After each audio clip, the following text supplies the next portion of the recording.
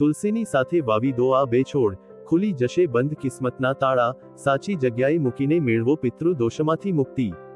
આપણે સૌ આપણા ઘરની સુંદરતા વધારવા માટે ઘરમાં છોડ વાવીએ છીએ। ઘરની અંદર છોડ વાવવાથી ઘરની સુંદરતા વધે છે અને તે વ્યક્તિના ભાગ્યમાં પણ વૃદ્ધિ કરે છે। વાસ્તુશાસ્ત્રમાં કેટલાક એવા છોડ વિશે જણાવવામાં આવ્યું છે જે ઘરમાં વાવવાથી અનેક પ્રકારની સમસ્યાઓથી મુક્તિ મળી શકે છે। વાસ્તુશાસ્ત્ર અનુસાર કેટલાક એવા છોડ છે જેને ઘરમાં વાવવાથી અને તેને સંબંધિત કેટલાક ઉપાય કરવામાં આવે તો ઘણા પ્રકારની સમસ્યાઓ દૂર થઈ શકે છે। તેમાંથી એક છોડ છે તુલસી। હિન્દુ ધર્મમાં તુલસીનો છોડ ખૂબ જ પવિત્ર અને પૂજનીય માનવામાં આવે છે। દરેક હિન્દુ ઘરમાં તુલસીનો છોડ હોય જ છે અને દરરોજ તેની પૂજા પણ કરવામાં આવે છે। વાસ્તુશાસ્ત્ર અનુસાર તુલસીના છોડ સાથે કેટલાક છોડ વાવવામાં આવે તો જીવનમાં ઘણા પ્રકારના લાભ પ્રાપ્ત થઈ શકે છે।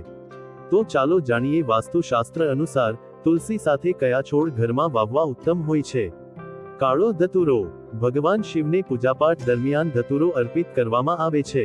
હિન્દુ ધર્મમાં તેનું વિશેષ મહત્વ છે।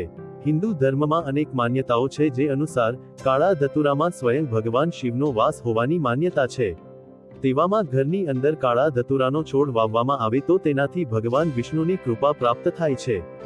વાસ્તુશાસ્ત્ર અનુસાર કાળા ધતુરાને ઘરમાં વાવવાથી વૈવાહિક સંબંધોમાં મજબૂતી આવે છે અને વ્યક્તિને તેના કાર્યક્ષેત્રમાં લાભ અને પ્રગતિ પ્રાપ્ત થાય છે। આંકડાનો છોડ। આંકડાના ફૂલ ભગવાન શિવને અર્પિત કરવામાં આવે છે। વાસ્તુશાસ્ત્ર અનુસાર આંકડાનો છોડ ઘરમાં વાવવાથી ઘરમાં શુભતા રહે છે અને તેને ઘરમાં વાવવાથી ઘણા લાભ પ્રાપ્ત થાય છે। તેને ઘરના આંગણામાં અથવા તુલસીના છોડની આસપાસ વાવવો સૌથી વધુ લાભકારક માનવામાં આવ્યો છે। કરો આ ઉપાય। જો કોઈ વ્યક્તિ પિતૃ દોષથી પીડિત છે તો તેવા વ્યક્તિએ કાળા ધતુરાના છોડના કેટલાક ઉપાય કરવા જોઈએ। તેના માટે વહેલી સવારે ઉઠીને સ્નાન વગેરેથી નિવૃત્ત થઈને આંકડાનો છોડ અને કાળા ધતુરાના છોડમાં જળ મિશ્રિત દૂધ ચડાવો। વાસ્તુશાસ્ત્ર અનુસાર ઘરમાં કાળા ધતુરાનો છોડ વાવવો અને નિયમિત રૂપે તેની પૂજા કરવાથી કુંડળીમાં પિતૃ દોષથી મુક્તિ મળે છે। તો મિત્રો, તમને આ વિડીયો કેવો લાગ્યો જરૂરથી કમેન્ટ કરજો। જો સારો લાગ્યો હોય તો વિડીયોને લાઈક અને શેર કરજો અને અમારી ચેનલને સબસ્ક્રાઇબ કરજો। વિડીયો અંત સુધી જોવા બદલ ખૂબ ખૂબ આભાર। જય શ્રી કૃષ્ણ। રાધે રાધે।